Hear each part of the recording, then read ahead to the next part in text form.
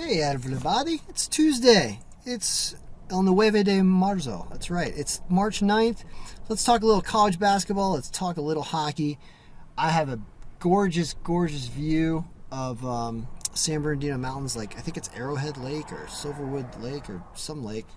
And it's pretty gorgeous. It's really windy outside though, so I can't really hold the computer outside to do the video and have this in the backdrop. So let's just do it here in the car. All right, now college basketball today, light schedule. I think there are championship games going on. I'm actually not privy to what's going on, even though March Madness is coming.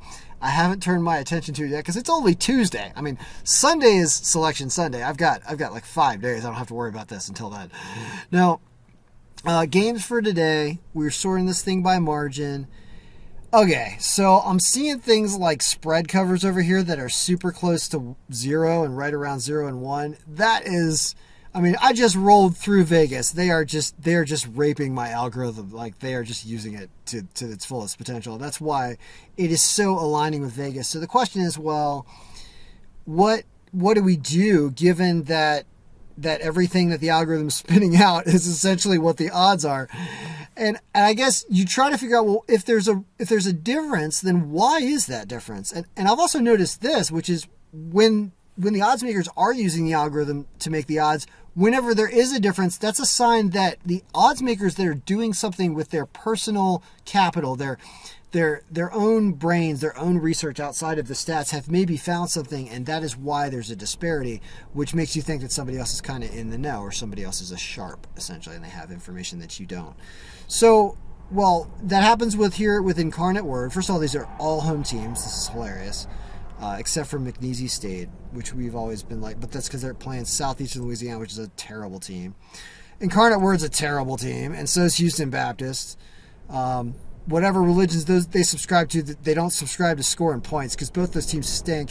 So, what do you do here? I mean, Notre Dame, I guess, minus 7.5 against Wake Forest. Given Wake is hurting a little bit and Notre Dame's at home, there's a 14% margin here. The lines are pretty bad. The Cleveland State is at home against Oakland. That's a pretty good line up there, but they're not a powerful team. So it's kind of like two of these teams you want to go with because Pittsburgh's hurting a little bit. Seems like Notre Dame minus 7.5 is the pick of the day.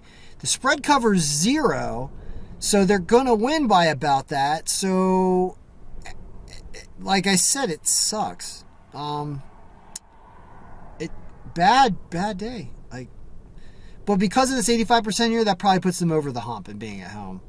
If you could take an alternate point line and minus 4.5 with them or something and maybe pay them minus 150, that's probably a better thing. But Notre Dame in some fashion there looks like the pick of the day simply because they're a stronger team than Cleveland State, so you're less likely to get a bad surprise out of Notre Dame.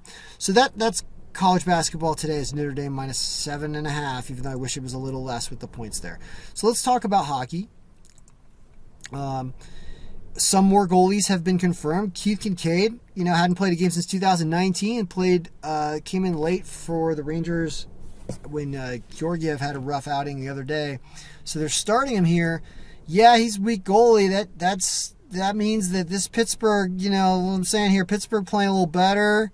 Pittsburgh, yeah, some goals here. It's likes an over, all of the above, so maybe Kincaid gets pulled for Georgiev again, but either way, it looks like there's going to be goals here, and Pittsburgh's a really strong pick given this in here. There's no reason Keith Kincaid should play well. Boston and the Islanders. We got an unconfirmed Varlamov, which is a very big deal because he's a very good goalie and really stringing them along. But look at how weak it has Boston when Varlamov plays for the Islanders. Really good line if Varlamov goes, everybody. So there's that. Islanders got a good team this year. Buffalo and Philadelphia. What do we know about Buffalo? They ain't very good. Philly also can blow a game or two once in a while. But man, are there some ugly, ugly stats for Buffalo over the past 15 days. Oh, I was going to do something else. Oh, should I do it right now? It's kind of boring because it's coding. But it's beautiful, so I want to do it. Let's see here. What's this formula? Here's what I wanted to do.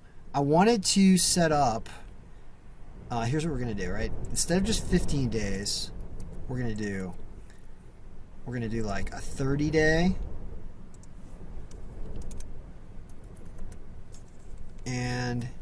Or like a 30-day, 35-day. We can easily change this. I'll show you how. I'm going to make this thing fully dynamic so that we have a bunch of different columns that show how long ago it's been and how they've been playing. And the reason why is it'll show you the trends of the team. So we're going to replace that. That's going to show us our 30-day right there. And we can add this formatting to that column to make it look cool. Right? And so by having layers of this, I'm going to do like a 10-day, a 20-day, a 30-day, and a 45-day. I'll have them going off to the right here. And what that's going to do is it's going to allow us to see by colors how they've been trending. For example, Pittsburgh's been trending down for the last 15 days compared to where they were 30 days ago, right? Islanders trending up. Boston trending down. Buffalo consistently terrible.